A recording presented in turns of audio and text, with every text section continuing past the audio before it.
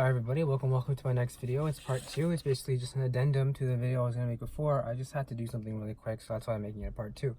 So basically, just to recap what I did, I faced my anxiety. I rated it on a scale of 1 to 10 before and after doing the exposure, which is for me eating, and not seeking any reassurance behaviors like praying or I don't know,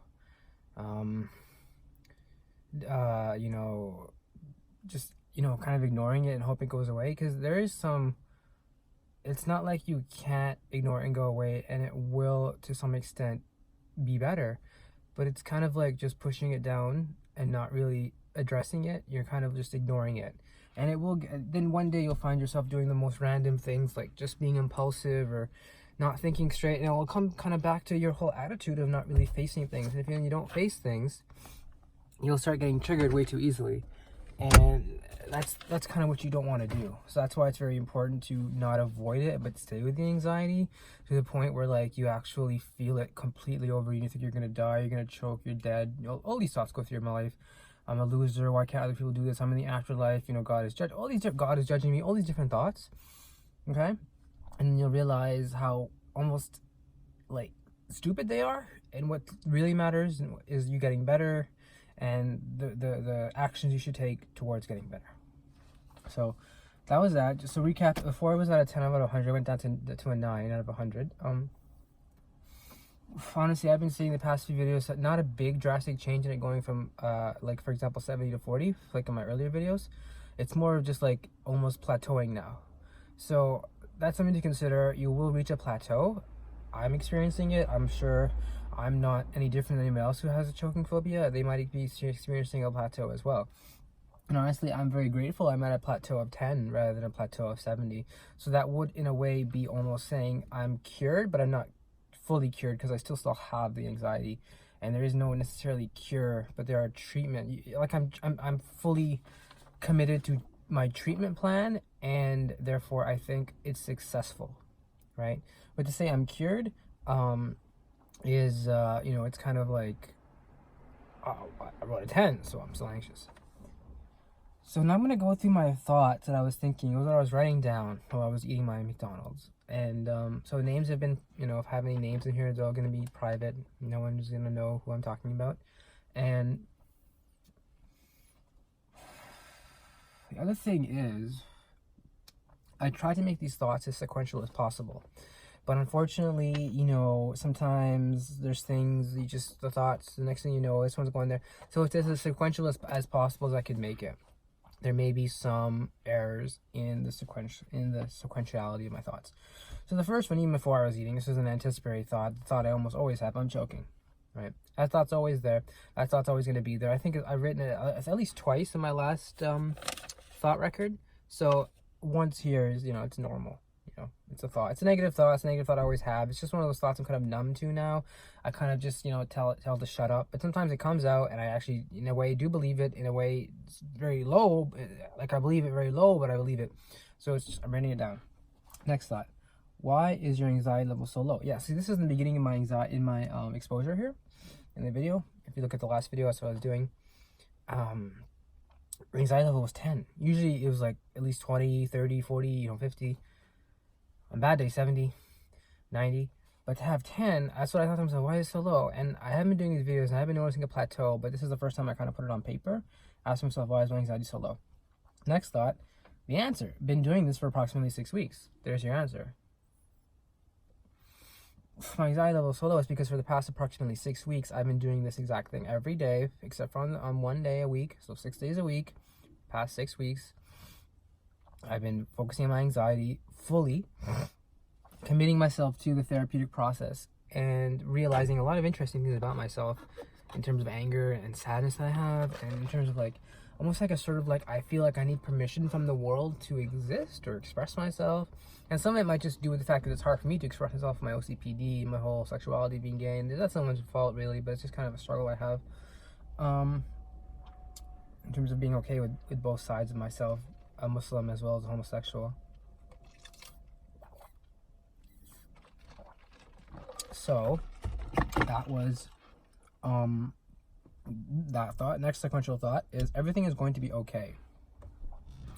I had this great thought. Everything is going to be okay. I wrote it down. It was a great thought. I felt great. I don't know. Like, I was too busy into my exposure to kind of feel the thoughts. They were just like thoughts going through my head. There was that thought. Right? Write it down. Next one. Trying to make videos better. I just thought to myself, write that down. Trying to make videos better. It's kind of like a reminder in terms of like, what can I do to make my videos better, to get more views, maybe edit them better, maybe hire someone to edit them. You know, get some tips and tricks from other people in terms of tips and tricks from other people in terms of like, oh my god, that was such a booger. Starting video again. No, I'm kidding. No one watches these videos. I'm kidding. So if anybody watches it, I have a bit of a booger here. I wiped it off. No big deal. Let's move on. I'm not Katy Perry. I'm just a regular guy doing my choking phobia videos. So right, that's what I thought I should do, make more tips and tricks in my videos. Next one, I'm dressing like a girl. Okay, this one will require some explanation because I'm not dressing like a girl, but here's the thing. In the show Orange is the New Black on Netflix, I probably already lost like the 65 and above crowd. Okay, there's a character, she's played by Christina Toth. I forget her name, okay, but she's played by Christina Toth. She was Daddy's first girlfriend, if you remember. In the show, she was Daddy's first girlfriend. And she would wear like a prison-issued sweatshirt, gray, with like, you know, just regular gray pants and blonde hair. I thought she looked very cute. People say she looked like a hedgehog. Anyway, so that's why I kind of thought maybe I should wear this. I felt like it's the good thing to do, but I wasn't really thinking I'm gonna wear it because it's what women wear. But this is the thought just came to me now. I'm dressing like a girl, which kind of feeds into my next thought, which is I need to be a better Muslim, because obviously Islam prohibits kind of like dressing like a woman if you're a man, or dressing like a man if you're a woman. So it kind of like ties in together. You have one thought and you think, oh, why am I thinking that? So you write down your second thought. It kind of like explains why I'm thinking I'm dressing like a girl. So there's that. Have me do Orange and do Black. Next one is choked on a chicken nugget. Okay, so there's my second I'm choking. Usually, you know, I have about two. It looks like I have about two. This is my second one. That says I'm choking. Basically, that's what it says. I'm choking on a chicken nugget or something, you know, stupid like that. I don't know why it's stupid. It's a thought. I have to legitimize it, but also be desensitized to it, and also realize it's just a thought, not really a belief. Wow, I'm thinking really fast. I'm trying to like find a tissue paper, but I don't think I have any. Anyway, I'm going to my next thought because I don't have any tissue paper. Well, guess what, guys? It's kind of annoying. It's okay. Next thought would be slower. And the thought for that would be I need to slow down. So I had two thoughts there. Slower and I need to slow down. They're obviously related because if you notice, sometimes your thoughts are related. Crazy idea. If you have anxiety and they're too busy being anxious, and it's like me sometimes, you think, how can this have anything to do with this? Right? How can, for example, I don't know, choking on food have anything to do with me being raised differently, or me not liking my mother because of how she treated me, or anything like that, right? Any of the things you've seen, or any of these deep-seated emotions about crying, or about not feeling I can get permission from the world to do something, okay? The shame, guilt. Who knows how anything can actually do with food and eating? But I found a link, how food is comfort, and all these different things. And that's why these thoughts are related. The thought slow, and the next thought, first thought slower, the second thought I need to slow down. Slower, and I need to slow down. So you can see how they're related, just like the other two thoughts that were related. The thought, I'm dressing like a girl, I need to be with a Muslim, right? They're related. It's almost like one's a problem, the other is a solution. One's a problem, the other is a solution. Oh, there is that. So remember that with anxiety. If you may think, well, what's the connection between like my anxiety and like the way I was raised or how I feel today or whatever, realize the brain is so complicated. It won't tell you the answers, but it will give you so many clues, like breadcrumbs in a way. You'd be like, oh yeah, now I see how that works. You know, it's like uncovering a mystery. It's like uncovering one of those mysteries. Next thought. Stay with it. That's my motto. That is my motto in anxiety. In terms of, not for life, but when I'm being anxious, that's like my motto, to just stay with it. It's kind of something I just feel, it makes sense to me to just stay with it, not run away, not do something that I want to, not do a response I want to prevent, but to be fully engaged in the anxiety, allow it to just, wash over you, and then you just counterpunch it and kill it. Because that's what anxiety is scared of. It's scared of it's a bully. It's scared of anybody who stands up to it. If you stand up to it, it will shut up. It will go away. It will get scared. Because you'll realize it's just a thought. No one's ever died from a thought. No one's ever died from murder. I mean, people died from, died by thought. When someone dies and they do an autopsy, they'll say, oh, it was this thought that killed them, right? That doesn't make sense. So we realize these things once we do our exposures more and more. Sorry, I just need to light my cigarette.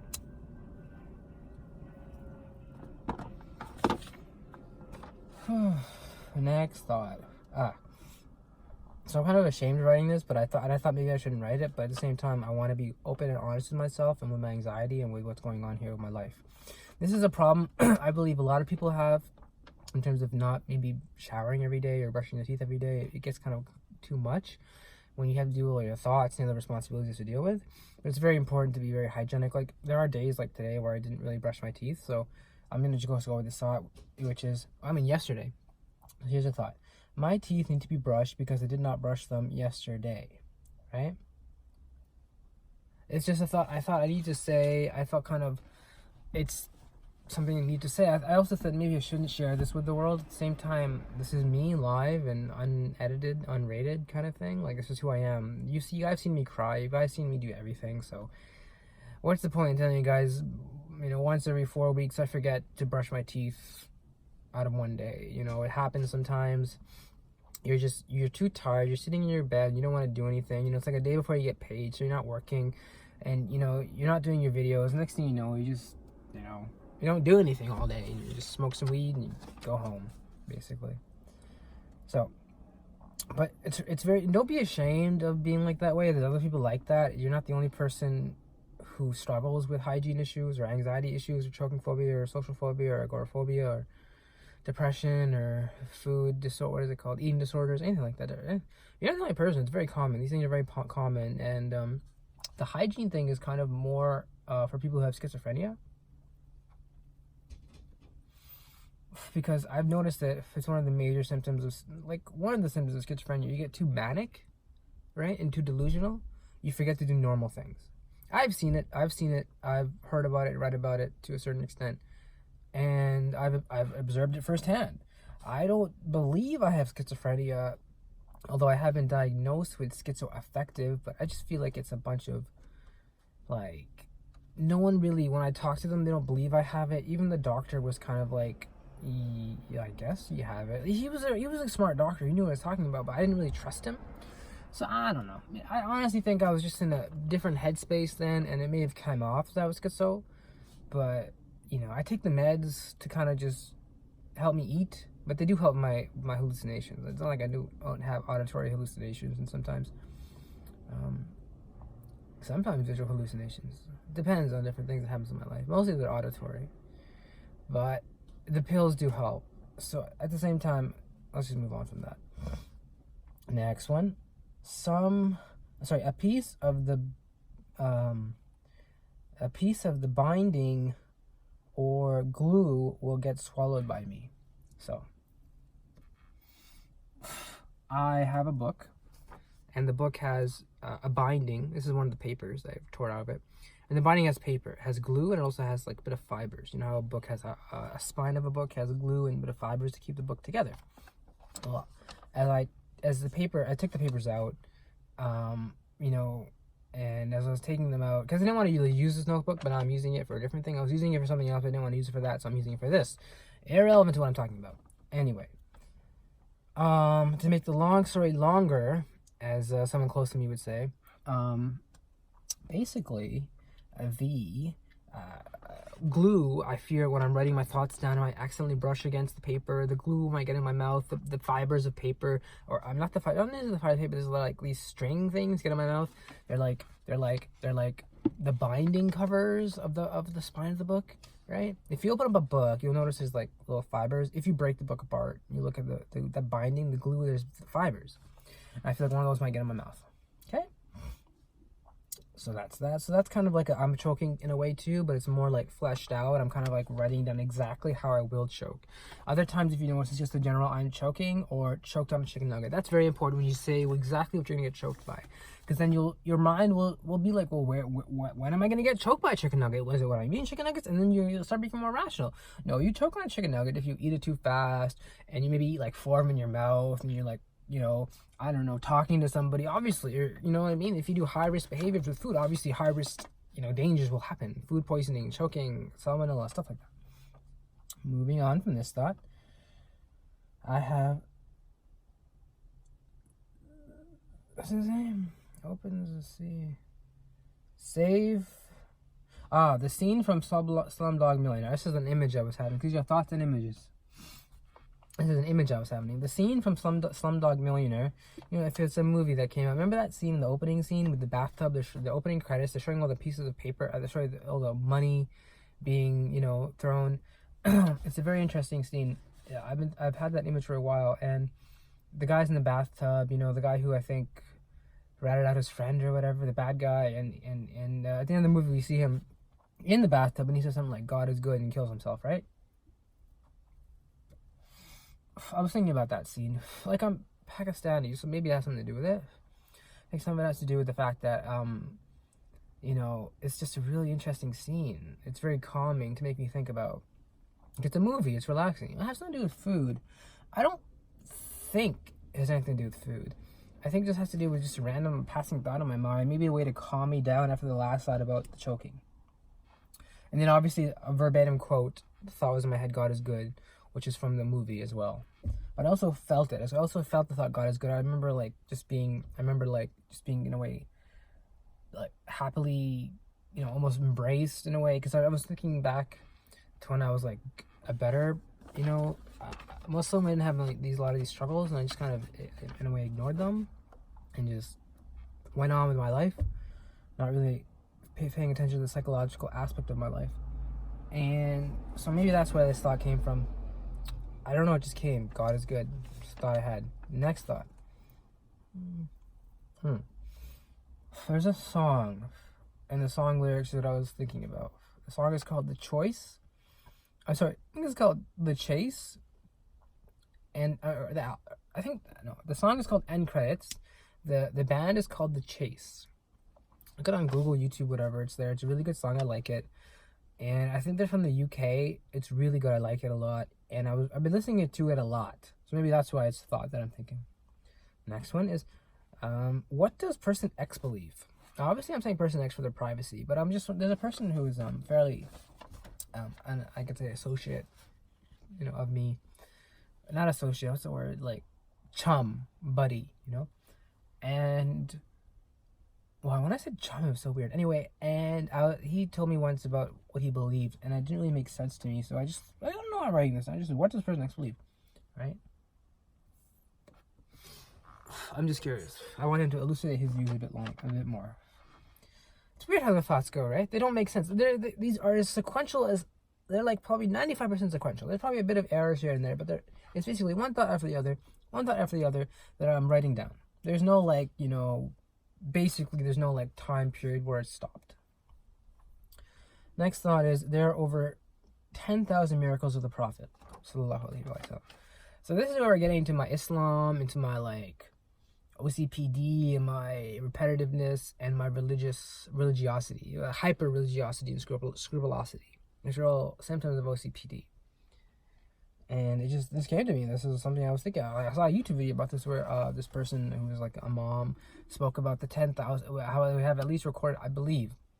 I don't want to be wrong. If I'm wrong, forgive me, but I'm fairly certain we have on record at least 10,000 miracles of the Prophet Muhammad, peace be upon him. So that's something also I wanted to, I guess, think, and therefore I thought it, and therefore it's in this video. Not sure why. As I said, I have to do probably OCPD, religiosity, maybe a little bit of comfort, just feeling comforted being this way. I feel comforted just kind of thinking about those things. Even though I know I really shouldn't be doing the overt acts of psychology, like I'm sorry, of religion when I'm doing my exposure. Like several, I'm not supposed to say bismillah. I'm not supposed to really eat with my right hand, but I do because I am right-handed. I'm not supposed to like eat so much and all these different things. You're supposed to like drink like you drink one sip, you take some breath. You don't drink all your water like that, right? These are different things I try to do in my life, but when I do my actually that I used to do in my life, but now that I'm taking my life more seriously in terms of psychology, I've been instructed not to do them by my psychologist. For example, I would listen to the Quran while I would eat. He said, don't do that because it's like a response in a way. It's like reassurance behavior. So just stay with your anxiety and you'll feel all these amazing. You'll get better in a way. You'll get worse and you'll get better. It's kind of like that. It's like a cold or a fever, right? You'll get really, really high and you'll go low, right? Hopefully, as long as it's a normal fever, not like. And anxiety is very common. I'm telling you, it's very, very common. It's about almost as common as asthma. Like OCD, it's like something like 1 in 10 people have been affected by it. It's a huge issue. We know nowadays how anxiety is such a huge issue for everybody.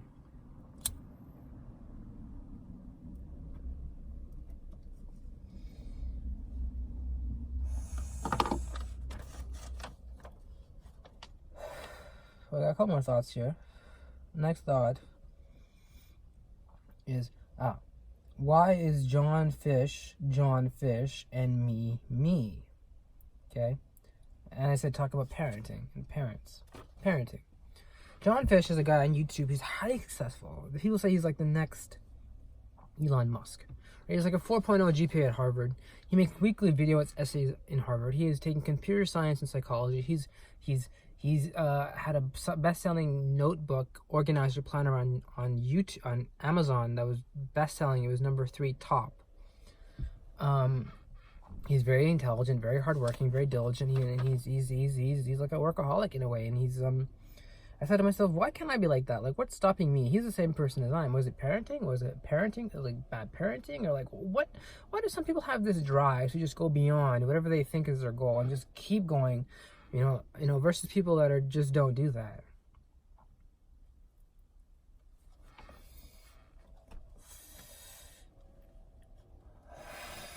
And it really makes you think, like, why? I used to listen to motivational videos, and I maybe really should again. I just feel like they're a bunch of like fluff. Like, what does it really mean to, do all you can, be all you are? What does it mean? Like, I don't understand. Like, save your money and just work. Like, I don't.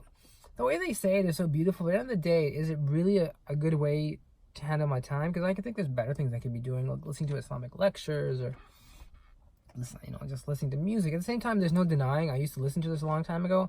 And by a long time ago, I mean like a year ago. And I listened to it almost nonstop while I was working. And I did see an increase in my wealth. In terms of, I was making more money when I was listening to this. At the same time, I felt like I don't know, my anxiety was kind of getting, because the motivational stuff and the anxiety, you gotta, with your anxiety, you need to do a certain thing to get better. ERP and all those CBT thought records is what I'm doing. You're not supposed to just listen to audio recordings of motivational speakers and get all hyped up about that and think your anxiety is just going to go away. That's really dangerous. In a way, that's almost like what I said earlier in my video, which is to kind of like, bury it, put it down in the surface, and hopefully just ignore it until it goes away. That's not healthy, because one day you'll just have a bit of a day where you'll be like, oh my goodness, what's going on? I don't feel right. Because of this attitude you've inculcated, as I said before, of not facing your anxiety. And the last thought is the prophet's death. And then the image I was kind of having, it's kind of an image, more of a thought. I'm sorry, I have to pray after I say I'm not eating right now. I'm drinking, but I'm just drinking. Basically, there is a YouTube called Dean Stream, where basically Islamic lectures, you pay about $10 a month, you get all these Islamic lectures from very, very famous scholars. And one of them, his name was Sheikh Muhammad al-Nawawi. He was doing a hadith reading and transmission of a description of the Prophet sallallahu alaihi wasallam by Imam al-Tirmidhi, who was a hadith collector and scholar, very old man. He's I think it was like 400, 500, 600, 700 years ago he collected these hadiths, and he was reciting some of them to us. And one of the last portion of the class was about the Prophet's death, right? It began with his life, his birth, his his body, his description, and you just go on and on and on about his hat, his turban, his clothing, his mannerisms, his sleeping, his eating, his walking, his talking, his companions, right? I think his ring, seeing him in a dream, seeing him in a vision, and then the last thing was seeing him in like a dream or a vision, a waking state. Just before that was the section on his death. And many of the students there were highly, highly touched by the hadith speaking about his death. For example, one of them was speaking about how the Prophet ﷺ was feeling very, very, very, very pain in his body and fever, and he recited, like, I think the Kul, some surahs of the Quran, blew over his hand and wiped it over his body, his blessed body. And he said to, I believe, his daughter, who was comforting him on his deathbed, saying, don't worry, your Prophet is not in pain. Imagine what will happen once he leaves. He'll be in no more pain. Don't worry. And that hadith really even struck me. All the students that were like crying, they were very like serious, like wow, this is a very holy moment, a very righteous, divine moment. When God is calling his servant, his final messenger, back up to him. It really touched me. It touched me, and I think it touched all the students there who were watching it on the TV. I'm sorry, who were it live. I was watching it on the TV. And that's basically the last thought I had, or image. So these are my thoughts that I was doing with my exposure.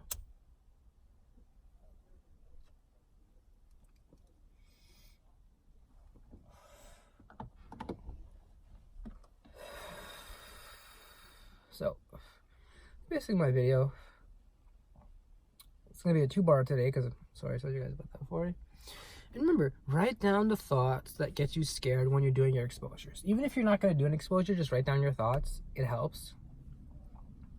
Because when you don't write them down, you won't actually fully realize, what is that thought trying to say? For example, I am going to choke. What does that mean? Are you going to choke on food? Are you going to choke on liquids? How are you going to choke? Talk about exactly how are you going to choke.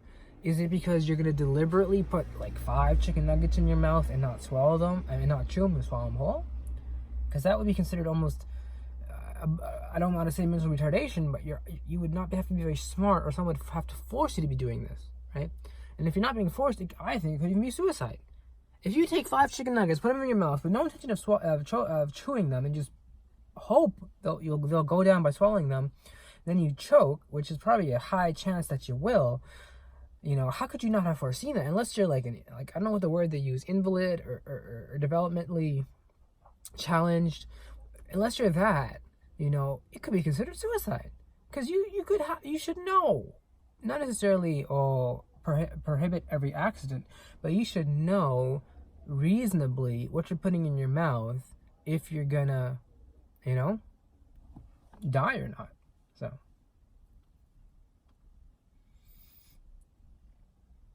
I think I'm going to end it here. I kind of want to keep talking.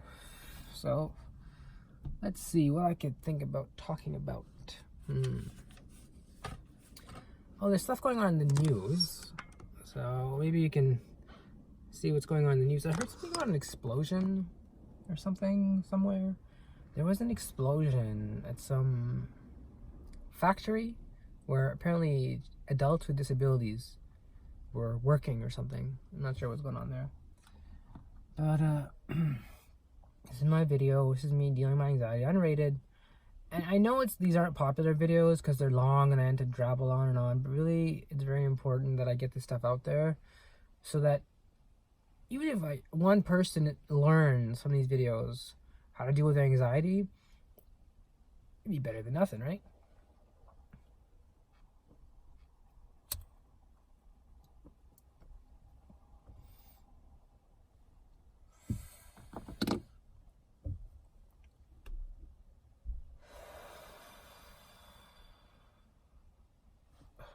Alright guys, I'm going to end it here. I think I've been rambling on and on for very long now.